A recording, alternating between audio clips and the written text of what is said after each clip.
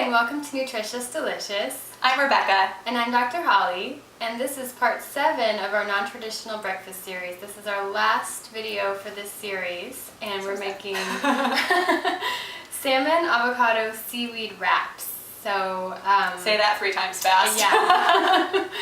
This is a really yummy breakfast. It's also can be a good lunch too if you prefer. We're making it with avocado today. I've also made it with soft cheeses like goat cheese and cream cheese, which is really tasty. But cream cheese and salmon. You can't beat it, right? But for non-dairy folks, this is a great alternative, and the avocado is nice and creamy and delicious too. So we have a can of salmon, wild-caught salmon, and some avocado and a lemon and some sea salt with parsley in it already. We just prepare that ahead of time. If you make this a lot, then it might be nice just to have your spice mix already done, but you can also add fresh parsley if you wanted. And then we have some nori wraps, which are individually packaged to the perfect size for this breakfast. Exactly. So we start with the salmon. So I've already emptied the salmon into the bowl, and it's just the whole, the small cans. And you want to make sure when you pour it in the bowl that you keep in the liquid, and if there's any fish skin or bones in there, you actually just want to smash those up. They're really good for you. Very good. So just keep them in there. Holly, can you tell our audience why that's so good for them? So it's one of the best sources of omega-3s. Fatty fishes are the #1 source of omega-3s in our diets. So even better than flax and veggie sources. It's not clear how much your body can actually utilize those omega-3s. So we really recommend fatty fishes as part of a well-rounded diet. And salmon is actually one of the lowest mercury-containing fishes that you can eat. So it's an excellent breakfast choice. I also tell people, and to do myself, before consuming fishes that have, any seafood really, if you take some chlorella, which comes in capsule form, if you take a couple of those prior to mixing all these ingredients, then it'll help to bind to mercury in your stomach, and so that you'll just excrete that as opposed to absorbing it in your tissues.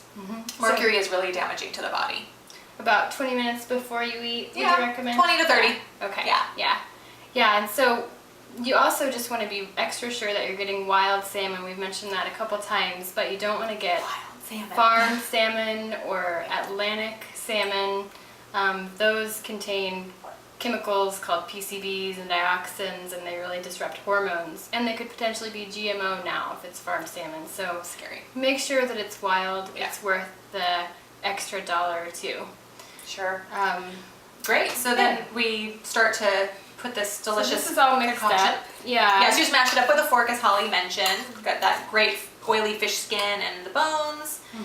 And then some avocado. Sliced this avocado and just scoop it out. So while cream cheese and ricotta goat cheese would be delicious with this, one of the benefits of using avocado is that it's high in vitamin E, which is a fat-soluble antioxidant. So it helps your body to, since omega-3 fats, while they're beneficial to the body, they're also really reactive to oxygen, and they can damage easily. So if you're taking in a high-potency antioxidant, you're protecting your cells from the potential damage that the omega-3s could undergo. Yeah. So we're mushing up this nice firm avocado into this canned salmon. And then we're going to add in just a dash of this garlic salt with the parsley flakes. So dash. And one interesting factoid for you audience is that if you're using unrefined salts, like Celtic sea salt, it's actually not that high in sodium. And you just would automatically think that salt is high in sodium, but if it's unrefined, it doesn't have a high portion of that mineral. And Holly just told me that avocados are extremely high in potassium, one of the highest foods in potassium, which will also mitigate any negative effects from excessive sodium. Yeah, it's true.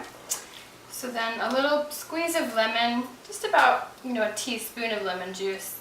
It's great for flavor, and then it smells good. It also helps keep the avocado from getting brown. So you can keep this for a couple hours and it won't turn brown right away.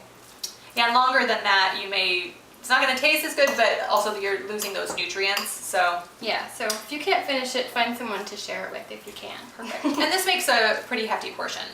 Yeah. So yeah. Okay, great. So we've It's pretty much stirred up. So I just break it up with a fork, and then all I do is put it in the nori paper here. I don't wet the nori beforehand. Some people recommend that to get it soft, but the salmon's kind of oily, like we've said, so it's really not necessary because once you wrap it up, the nori paper gets moistened on its own.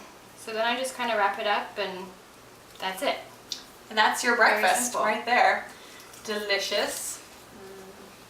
I'll be eating some of those after we're done. Yeah, really tasty, easy breakfast, high in protein, good quality fats, and low in carbohydrate. If you need some carbohydrate in addition, you could, there is some in the avocado, but you could do a side of your favorite vegetable or fruit and enjoy it. So thank you so much for joining in to our non-traditional breakfast series. We've really enjoyed bringing these 7 breakfasts to you. And we hope that you'll join us very soon. Yes. Yeah. We're going to be doing a sugar-free dessert series. We're working on some good stuff for you guys, so stay tuned.